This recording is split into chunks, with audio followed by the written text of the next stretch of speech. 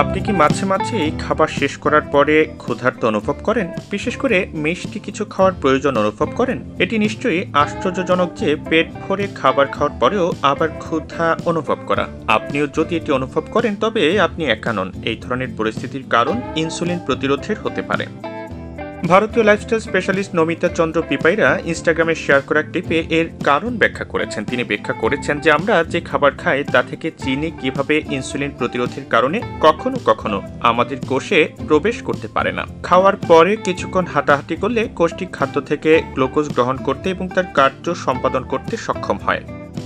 ক্যাপশনে বিশেষজ্ঞ নমিতা ব্যাখ্যা করেছেন, ইনসুলিন প্রতিরোধী ব্যক্তিদের জন্য খাবারের পরে একটু হাঁটার অভ্যাস মিষ্টি খাওয়ার প্রবল ইচ্ছা কমাতে সাহায্য করতে পারে, কারণ শরীরে প্রচুর পরিমাণে খাবার থাকা সত্ত্বেও তা আসলে কোষে পৌঁছায় না। একটু নড়াচড়া করলে তা ঠিক করতে সাহায্য করে এবং নিয়মিত ব্যায়ামের অভ্যাস ডায়াবেটিস প্রতিরোধ করে এবং কোষ থেকে বাধা দূর করে।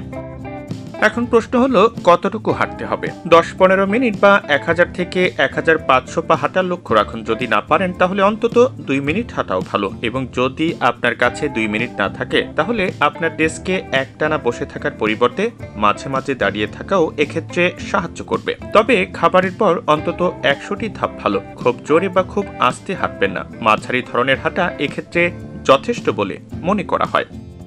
খাবার আগে হাঁটা সাহায্য করতে পারে?